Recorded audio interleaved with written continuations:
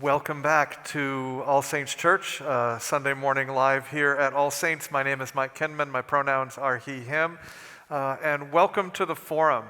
In a few moments, we're going to be having a conversation with Edgar Perez. We are so honored to have him here as our guest. He is a historian of the Gabrielino-Tongva nation. He also works as a Native American monitor, which means he monitors earth-moving activity with archaeologists for cultural resources of potential artifacts and burial sites. And he also served 2 terms as a tribal council member for the Gabrielino-Tongva nation. Part of what we are in the midst of here at All Saints Church is looking to, in sort of the words we use, to tell the whole story in a couple areas of our life. We have 2 teams that we call Telling the Whole Story teams. One is about the stained glass windows in our church, and the other is about the land that we currently occupy. This is a way that we are living into our values of radical inclusion, courageous justice, joyful spirituality, and ethical stewardship. And we recognize that these images in the church, which are all white, only white images in the church, has had an impact that is counter to those values. We also recognize that the land that we currently occupy has a rich history, and some of how that land, how we came to be here, is contrary to those values. Part of what we believe as followers of a revolutionary Jesus is that we are called to the ministry of reconciliation. And that reconciliation has a process to it. It has a step of first self-examination, then confession, then repentance and reparation, amendment of life, and then finally absolution, which is when we declare that we are back in right relationship with each other. These Telling the Whole Story groups, the stained glass window one, which is co-chaired by Steve Williams, and the one on the land, which is co-chaired by Hannah Earnshaw, and I'm working with both of them. They're really that first piece of self-examination. We want to, in the words of Right Reverend Jennifer Baskerville-Burroughs, we want to tell the whole story so that we can write a new story.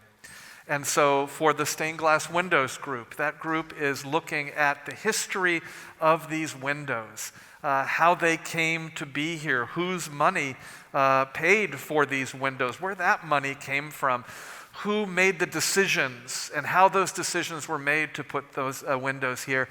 And then also really look at what have been the impact of these windows in this space. For all of us, for people of color and for white people. What have been the spiritual impact, the psychological impact? Have there been efforts to change these windows? And what happened to those? We want to learn as much as we can.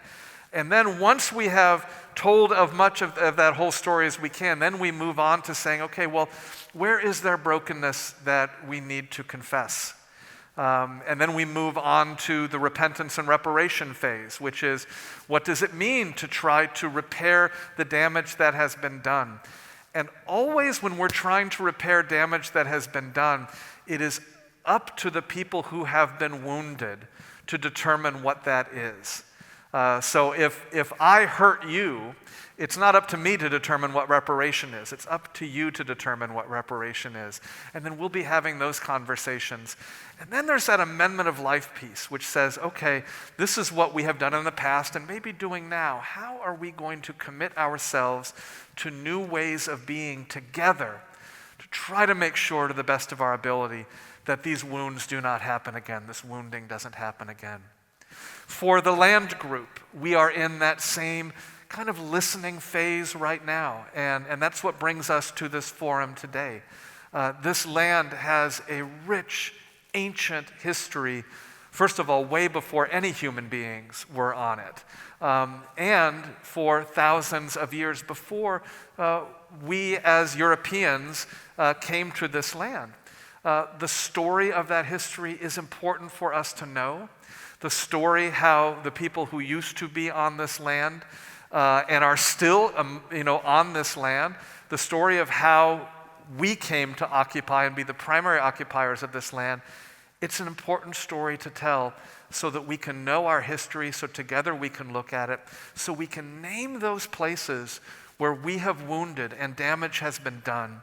And then together we can look at what does reparation and repentance look like? What does amendment of life look like? What does creating beloved community look like, where all of us have the power that God has given us as our divine right? So we're going to just be getting started, and we are so grateful to have you here with us, Edgar. Thank you. And what you are so good at doing, and what I would love for you to just start off with is just give us an overview of the history. First of all, tell us a little about yourself, and then give us sort of the overview of the history of your people on this land. Absolutely. Thank you for having me this morning. The quote by the Right Reverend Baskerville Burroughs was interesting. You need to tell the whole story so that you can write a new story. Our tribe has been doing that for many decades now. We've been trying to write a new story, and by telling the whole story of our tribe. And I've been blessed to be chosen by our tribal council to do our research on our tribe and to broadcast our story at elementary schools at the 4th grade level, at the high schools and university level. So I'm grateful to be here at this religious institution to continue sharing our story. And as you mentioned, I'm currently working as a monitor at the various archaeological sites, which is also part of our duties to preserve and to protect our resources if they are disturbed during construction sites.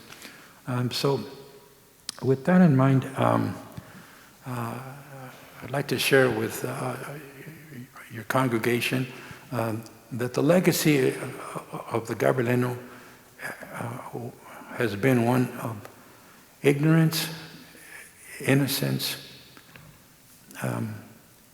resistance, adaptation, and ultimately survival.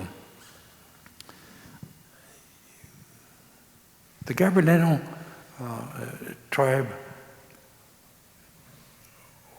began, it's the innocent part of what I mentioned earlier, because decisions about their future were being made thousands of miles away in Mexico City and in Spain. And those decisions were to finally occupy the Californias, travel north from Mexico, and occupy the Californias, both the Northern California and what is called Baja Sur, the peninsula that stretches from Tijuana all the way to the Cabo San Lucas at the southern part of the peninsula. And so this strategy of the Spanish Empire to expand its territory reached here in the Californias in the 18th century, around 1769. But as it impacted San Gabriel and this area, I'd like to just concentrate on this particular area and not all of the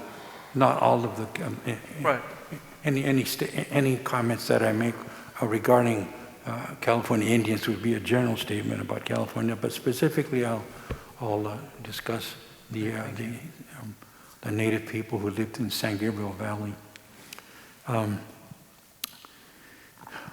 The strategy to take over and invade California had three elements that the Spanish Empire used. One was to establish a mission, and two, a presidio or a military outpost, and three, a pueblo. Those were the three main elements, institutions that played a role in establishing their authority here in California. The friars of the Franciscan Order of the Catholic Church arrived in San Gabriel area in 1771, and they began to become friendly with the native people here, and slowly started to convince and persuade the native people to become baptized and be converted to the Catholic faith. That began gradually, and some native people accepted the religion, and others quite, just didn't want any part of it. Those who did accept baptism and Christianity were called Gabrielinos. Gabrielinos because of their affiliation to San Gabriel, or Gabriel, the pronunciation in Spanish, San Gabriel. So we were called Gabrielinos. Another term that you might hear is Gabrielino, an I-N-O ending, and I'll get more into other names for our tribe later. But that was the beginning of impact here in this area, and a tremendous cultural change. The mission consisted of a church, housing for priests, housing for the military escorts, corrals for their animals, and that's how gradually it began to start and to establish its new authority here in San Gabriel, in the San Gabriel area. Mm-hmm.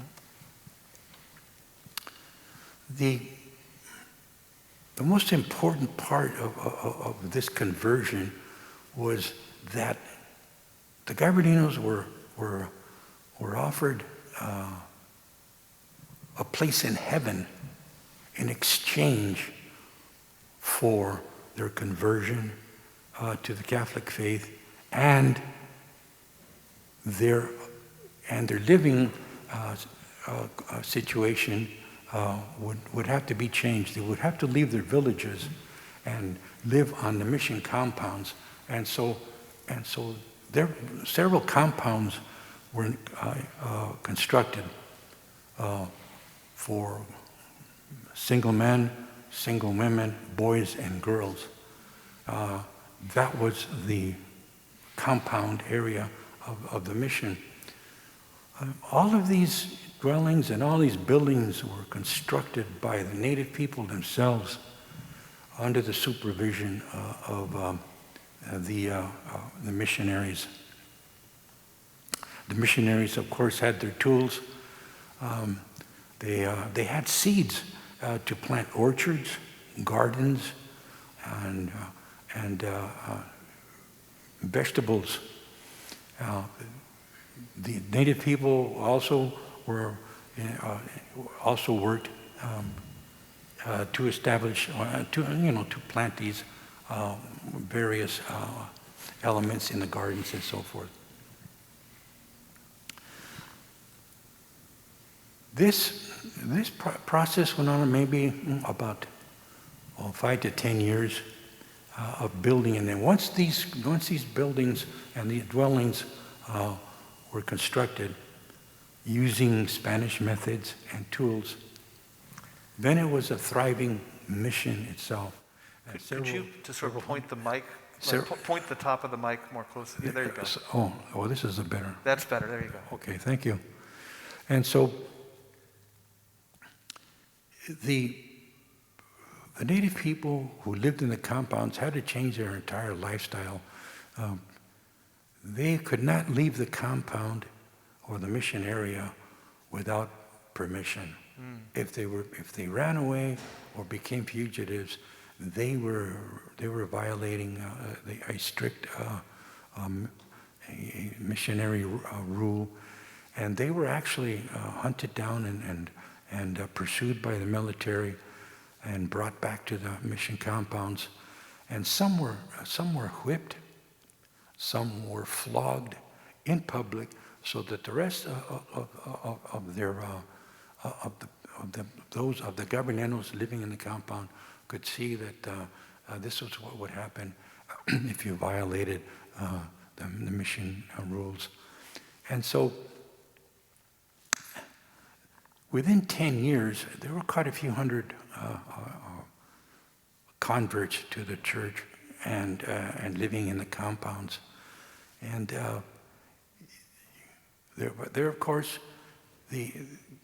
once those who were not converted, Reverend Mike, they were able to witness what was happening on these compounds, the lifestyle that was encouraged, that was forced on the native people. And there it began the seeds of rebellion. And in terms of California in general, at other missions, there were priests who were killed. There were buildings that were burned. But in San Gabriel, it's quite a different story, which I'll get into in a minute. So the priests, the missionaries were there for conversion and for training the Gabrielino to work in the fields and the gardens, the orchards, and so forth, and to tend the livestock. That was their goal, and that was the objective of conversion, and that was the product of becoming a Catholic. In the meantime, soldiers would carry out orders for the missionaries in terms of punishment, those who ran away, those who violated rules. But in the meantime, soldiers were also sexually abusing boys and girls at their choosing. In San Gabriel, the wife of one of the chiefs was attacked by a soldier and forcibly raped. Her husband came to her defense. The soldier shot the husband dead, beheaded him, and brought his head and placed it on a stake in front of the mission, in front of the village where this couple lived, as an example that for those who didn't like what was happening, would be the consequences of your actions. We are in charge. And in my research, some of the missionaries just turned a blind eye or a tacit.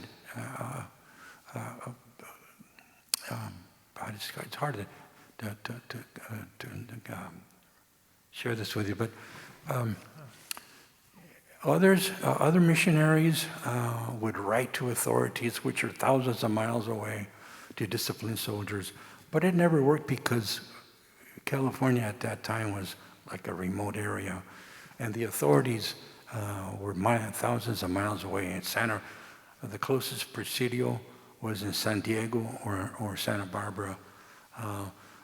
The administrative authorities were in Mexico, in the mainland, and the main people, the main administrators were in Mexico City. So communicating from the priests, those who did not approve of the military officers' behavior, it took quite a bit of time for any communication to be addressed. Those conditions really started to impact those who were not converted, as well as those who were living in the compound. Another element another condition that started to foment rebellion was that the soldiers and the mission authorities needed large pieces of land, vast areas of land to pasture their livestock. cattle, horses, goats. They needed grazing area. And so the missionary authorities leased on a provisional basis lands to soldiers so that they could pasture, so that they could graze their horses and their livestock. This expansion went all the way up to the coast of San Pedro, to Palos Verdes, and there were many villages and native communities in those areas who were not converted, but they saw this expansion of all these animals that spoiled their natural resources. Their hunting and gathering seasons were being despoiled, and this they saw as being wrong. They knew nothing. They knew that there were missionaries in San Gabriel, but this expansion into their pasture, into their lands for grazing was quite an impact also. So these conditions began to really affect and impact those who were not baptized, and a conspiracy began with different villages to a plan to kill all of the missionaries at San Gabriel and burn all of the buildings, and have those in the compound be released or set free. The person who was in charge of this conspiracy was a young woman. In fact, the only North American woman to ever lead a rebellion against the Spanish authorities. Her name was Toipurina, and she was a young, attractive, by the description of the diaries and trial transcripts and journals that I've read, that she was an attractive young woman with green eyes, and she was the daughter of a chief. She was also considered well respected because she had supernatural powers or special powers, and she was a medicine woman also. So a lot of villagers really believed in her, and decided to join her in this conspiracy to come to San Gabriel and carry out the plan. That plan wasn't executed because one of the converts overheard the planning at one of the villages, alerted the missionaries, and so the missionaries then planned their own response to the strategy, which never worked. And I'll tell you a little bit more about her as it affects us today. But at that time, her trial, the governor of California at the time came from Monterey and was at the trial, and she was very bluntly said, "Yeah, I'm involved." And I'd like to quote what she said at her trial, which is pretty interesting for us today, to show you how these conditions that I've described had affected those who were not converted. She said at the trial, "I hate the Padres and all of you for living here on my native soil, for trespassing upon the land of my forefathers and despoiling our tribal domains."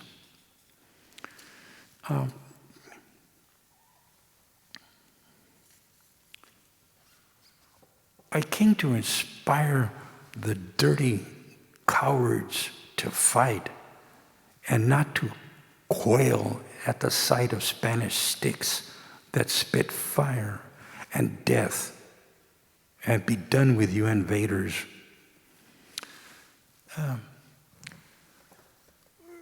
Those involved in the conspiracy were placed in the public view of all in the compound.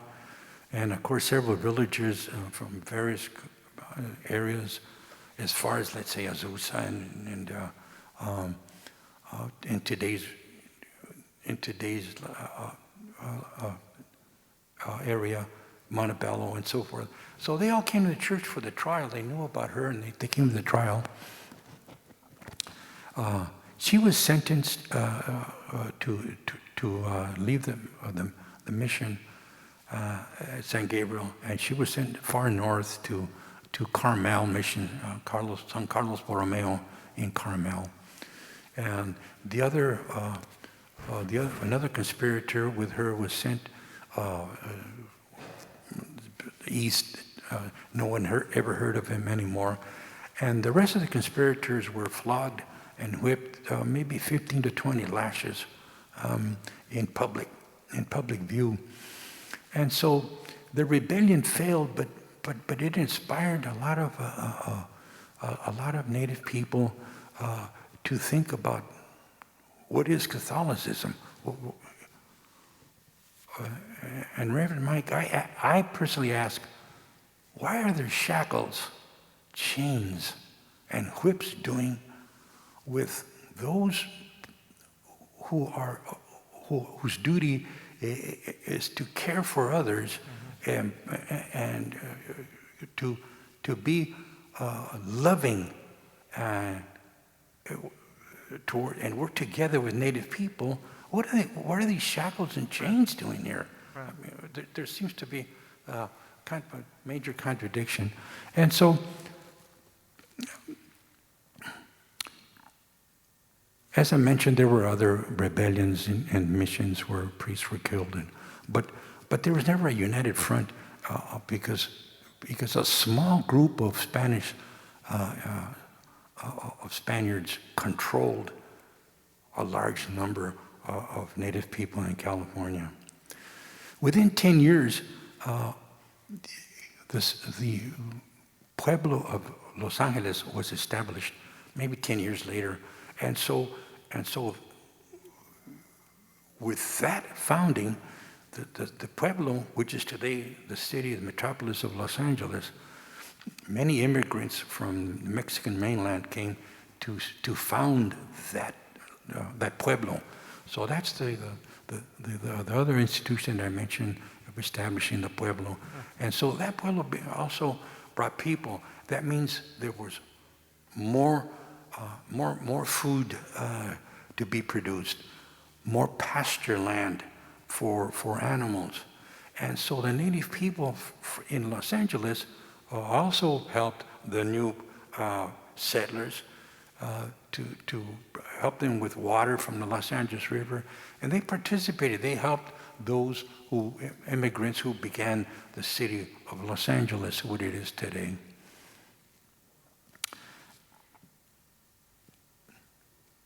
The Spanish authority was here for over 60 years. And at that time, and at the end of that time, San Gabriel Valley became renowned and respected as a major agricultural business and trade in this part of the world.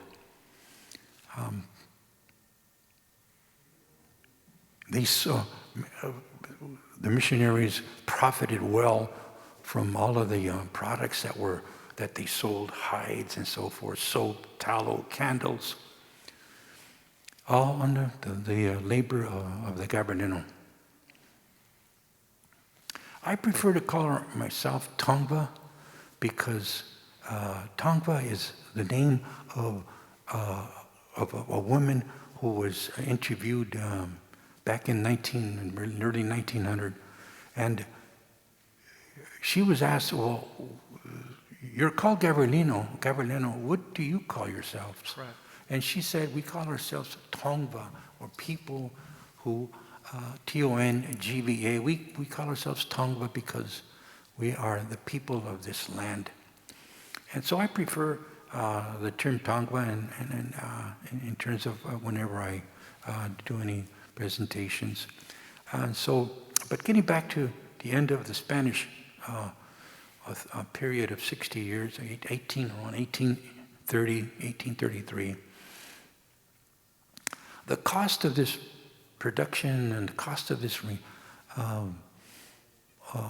of San Gabriel Mission being called the Queen of the Missions was really on the shoulders of the native people here and at a high cost.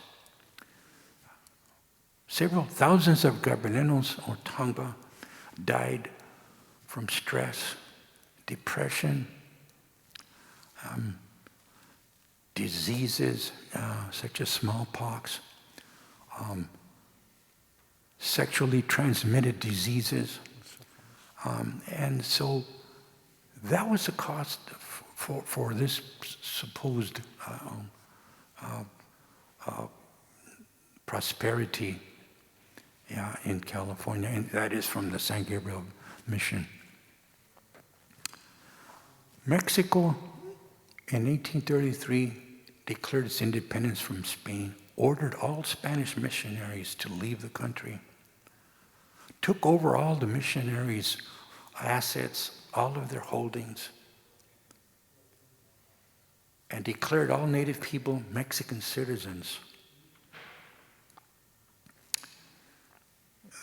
More overland expeditions of immigrants came to populate the San Gabriel Valley, which meant more land, more pasture, more food.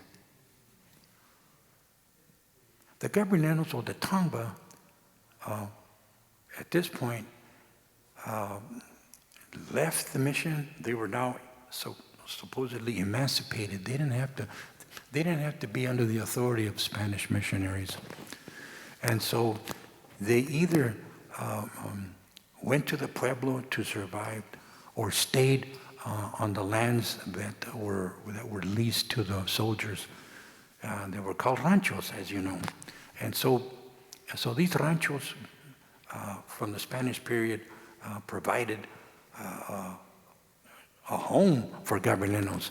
And they knew already about agriculture. They knew about animal husbandry. And so the ranchers accepted them as their own in many cases. And they lived in proximity with the ranchers in their homes and in their property.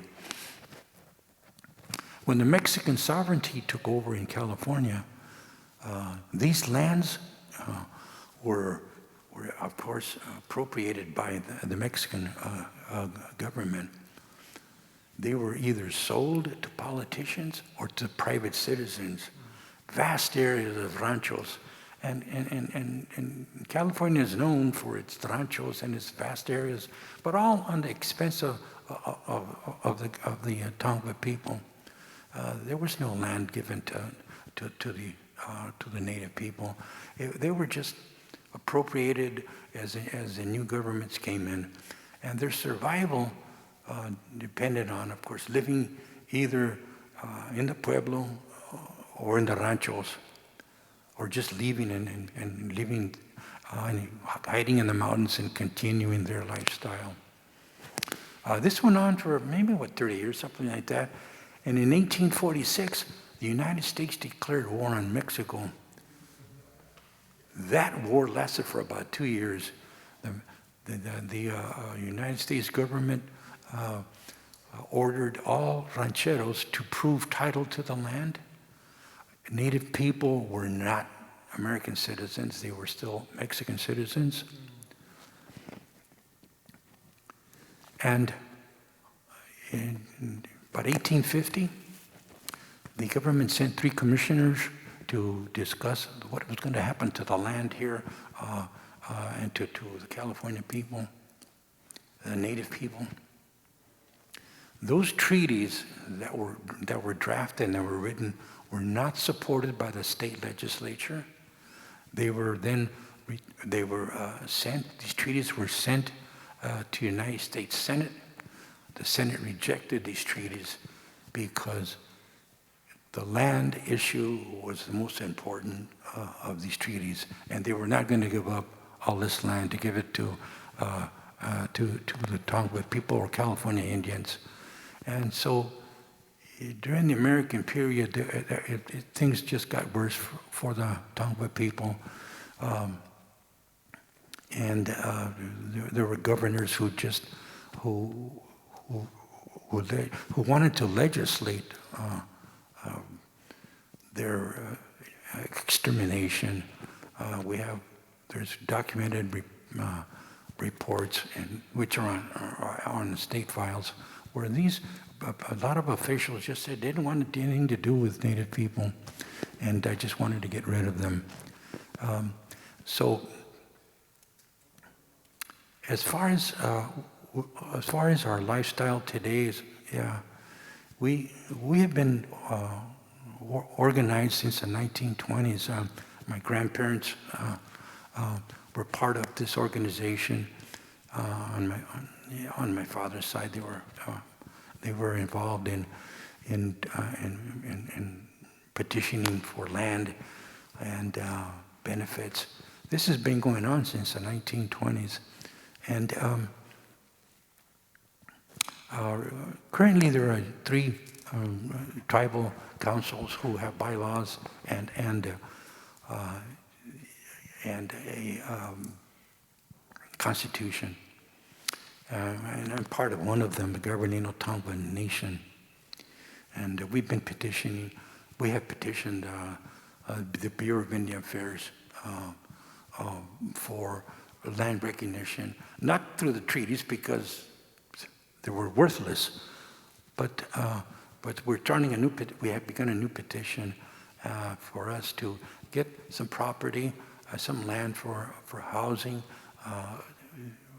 benefits for medical services and for education.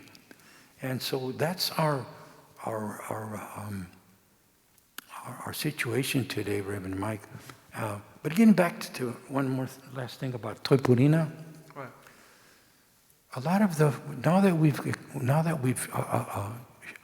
shared her story to children and to high schoolers and to university students, she has become a symbol to us of self-identification and to continue our struggle for federal recognition. And sometimes you'll see some of her murals in LA and at the other areas here in San Gabriel Valley. And so she's become a symbol of strength for the tribe. And that's what's keeping us to continue this effort of federal recognition. And I was very grateful to be able to share the story with you and your congregation. Great, thank you. First of all, I want to, for those of you who have questions for Edgar, just text in on the number that we use for our prayer text, which is 910-TEXT-ASC, 910-TEXT-ASC. I'll say that number more slowly, 910-839-8272, 910-839-8272, 839-8272. Just a couple questions right off the top from me. You talk about there's 3 different tribal councils. Do those represent 3 sort of acknowledged subsets of the Tongva Nation, or are they in some ways competing? You know, each one claims that like we're the true representatives of the Tongva Nations. What's the relationship among the 3 tribal councils today? The relationship is that we're autonomous and we're independent from one another, and each one has their own tribal members. They have their own bylaws, and in terms of competition, it's not really competition. I would say that those of us who want to protect cultural resources, we have to submit a proposal to the lead agency or a contractor that has been designated, that the area has been designated as a cultural resource, and that there might be a burial site or there might be cultural artifacts. And so we don't compete with each other, the tribes. We submit a proposal to the lead agency or the prime contractor, so that that entity then decides which group will monitor, or all groups participate at one time. There's been a struggle between our council, the various councils, in terms of federal recognition, because one group may want a casino as part of recognition. Another group says, no, we don't want a casino. It's bad for our community. It's bad for us.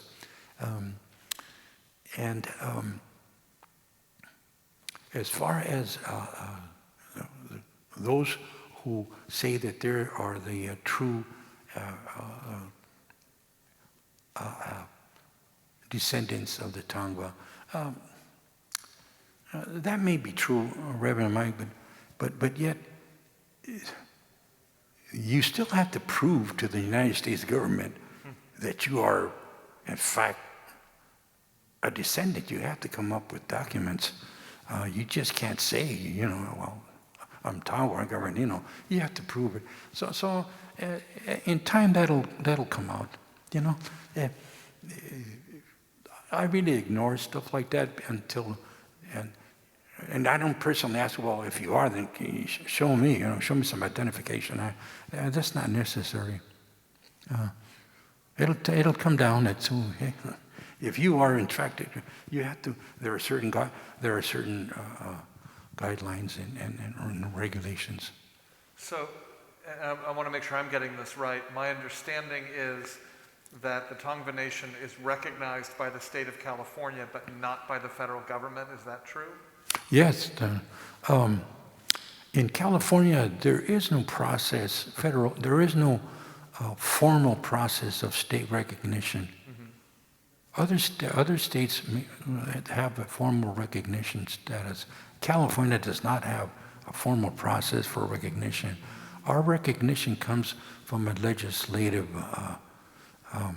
a joint resolution that states that we are the original inhabitants of this area, but there is no formal state recognition. Okay. And the federal government still at this stage does not recognize our tribe. Now, I understand that there is some difference of opinion in that, where some people believe federal recognition is really important and others don't want federal recognition. Can you talk about sort of the state of that with the nation right now?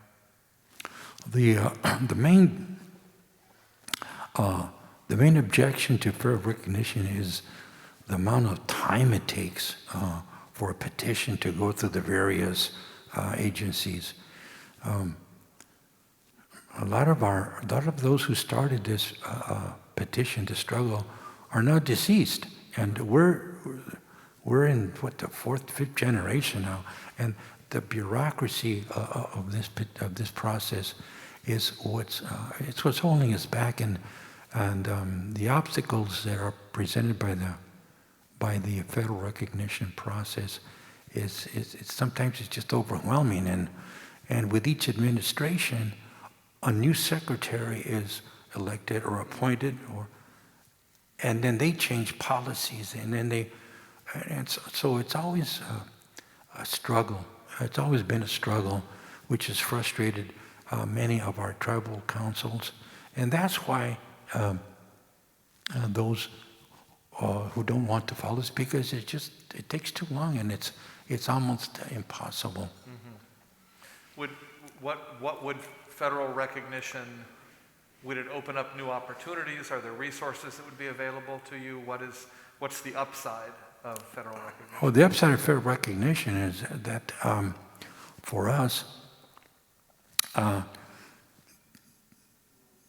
we can benefit from educational grants to our children. For example, my son graduated from UC Irvine and got a master's degree from the University of Southern California. He could not apply for any grants or loans as a Native American because we're not recognized.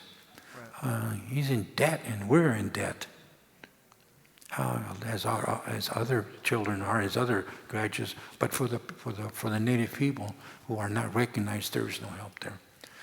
In medical services, also, a lot of people just don't want to get on state insurances and stuff, and it's very difficult for medical services, and so that would be another advantage for us. If we were given a parcel of land, then we could provide housing for the tribe. We could start a school. We could get a power plant. We could get involved in environmental issues. We could put a casino. Mm-hmm. And so all of these things, all these options are available to us.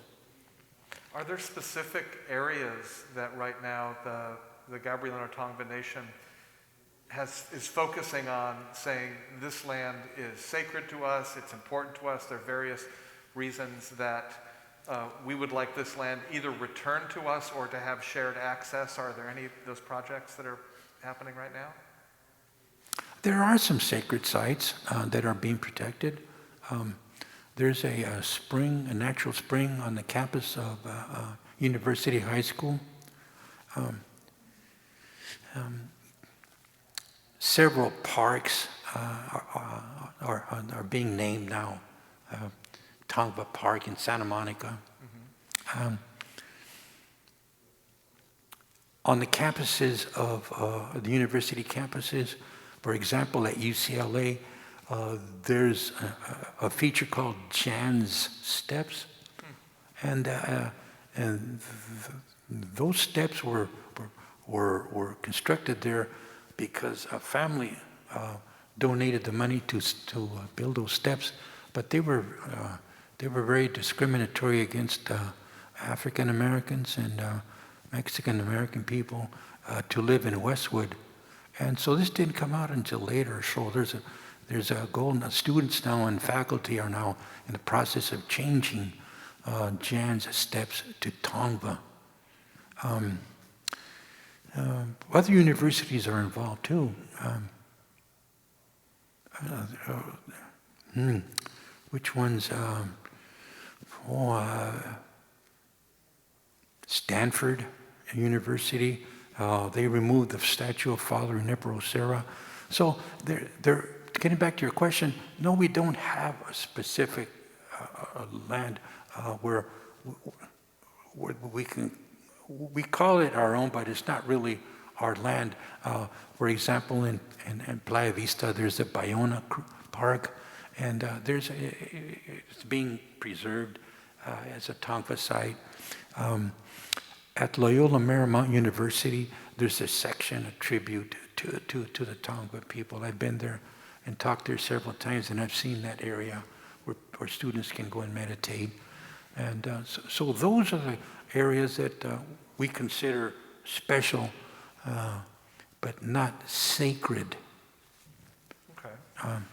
A couple more, then we're getting some questions here. Actually, let me see.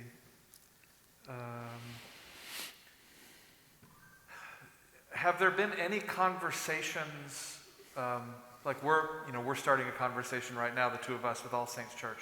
Have there been any conversations with the Roman Catholic Church, given the history that your people have with them, that look at repentance and reconciliation? I believe so. There's been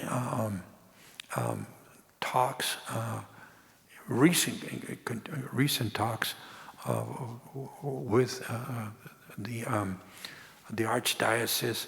I personally have not been involved in those talks. The people who've actually been involved are the activists and the students, and the people who are at the front lines now. I'm no longer in that area anymore, as far as that's concerned. During the 1960s, during the civil rights movement, we did expose all of the lands and all of the holdings that the Archdiocese held that were on Tongva land.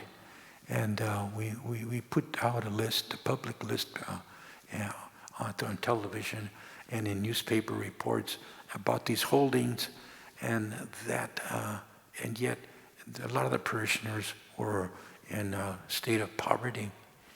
Mm-hmm. That started back in the 1960s.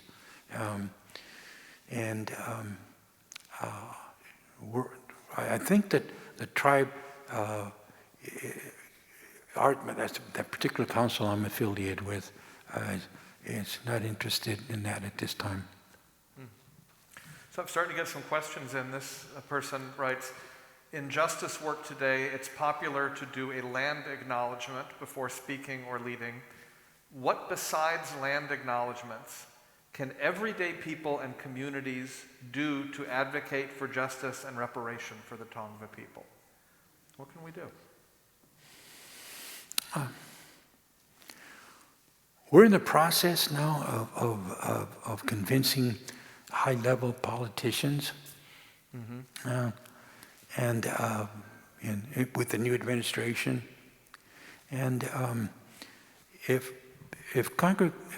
those in the congregation could sign a petition or a general letter from the heads of the Episcopal Church that these particular churches, the members of this church, have heard our story, that would be a great help, so that politicians can see the broad consequences of what happened here, and that there are just everyday people who understand what happened here, and it's important that in the public policy mm-hmm. is a tremendous tool. Yeah. This is also Beckett Nicolaitis, who's part of our Telling the Whole Story group, says thank you for this discussion. This is kind of related. Edgar, can you share any ideas for what we as a congregation can do, and this is slightly different, to honor the history and to support the Tongva people at this point now? Are there real, one of the things I love about having you in this space is I'm realizing how ignorant I am of so much of the history, and you're doing a wonderful job educating us.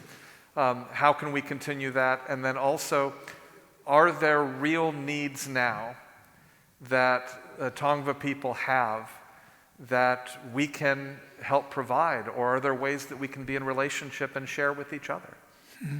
Well, hopefully when you start your services and in-person services, you can draft an acknowledgement, a statement,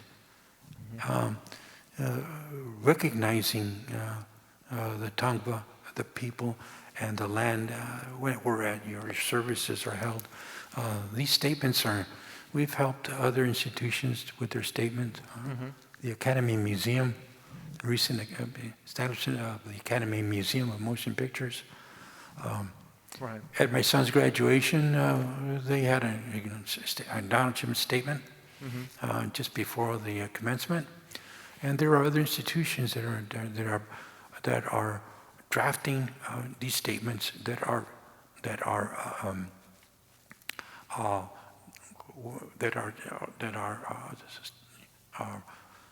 actually said verbatim at the beginning of your services. Mm-hmm. That's a good start, and as I mentioned before, that if there would be a national effort about the Gabrielino Right. in terms of supporting our petition. That is, at this point, For recognition, what yeah. we can do. And of course, I'll talk to our tribal council Yeah. and present the same question. We would love to be. And as I've listened and talked with people about land acknowledgements, part of what I've heard, and this makes sense to me, is that land acknowledgements are great. And if we're going to acknowledge that we are occupying land that was forcibly taken from and others were forcibly pushed off of, it's not enough just to acknowledge it. Well, then the question is, what are you going to do about it? And so that's part of why we're doing this telling the whole story process, is we really want to listen deeply and then be in conversation. And if, after that, part of what you say is, yes, a land acknowledgement would be very meaningful and important, then yes, we can do that. And then also, there's other things like you're asking, like if we can support federal recognition. You get to determine what reparation is, not us. And so I'm glad, what I love is, please if you can take that back to the tribal council and say, we'd love to be in relationship about what reparation looks like for that. We have a few more minutes. Question asked, what do we know about what Tongva life was like before the Spanish colonizers arrived? There are accounts that I've researched and that are available, primary sources of diaries, journals, correspondence between officials, visitors who traveled here to this part of the world, military officers, naval officers who came to trade, artists who came here to describe the land. Those are available at universities and libraries, and there are also some books that are available that describe the lifestyle here before contact.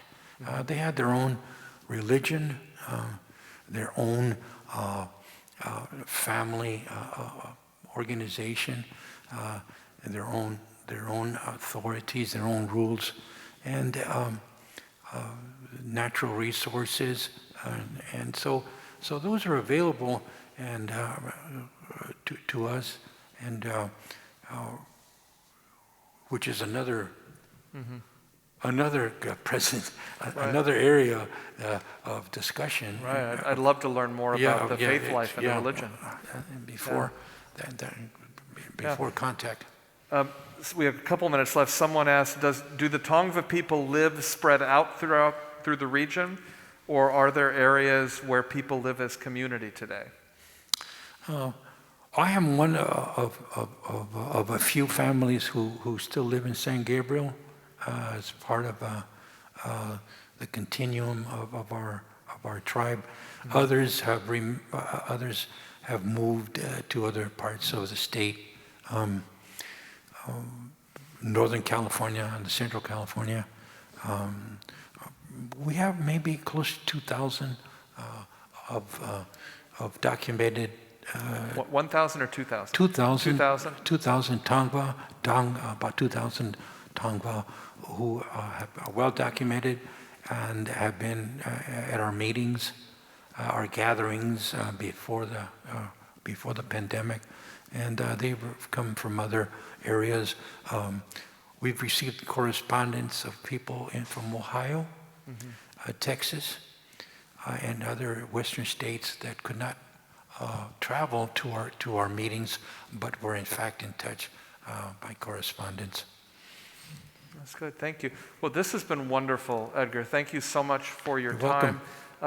My hope is that this is the beginning of a conversation that will continue and deepen in relationship. Absolutely, and and please convey to the tribal councils that you're in association with that we are eager to have this conversation, and also that if there is ever any use of this land that the nation needs, that we would love to hear about that and offer Thank this you. space. I will certainly do that, and we are meeting later this month, and I will definitely keep in contact with you regarding our agreement. Wonderful. Well, thank you. Thank you, so sir. much. You're welcome. Great, and thank you all for tuning in with Edgar Perez. We're going to be taking a break for a few minutes. We're going to get ready for the 11:30 service. Next week in the forum, we'll have our new Associate Rector, Mark Chase, and we'll be in conversation, and we can start to get to know Chase a little better. For now, thank you for being a part of the forum here at All Saints Church. Edgar Perez, thank you for being with us. We'll see you in a little bit. Thank you. That was wonderful.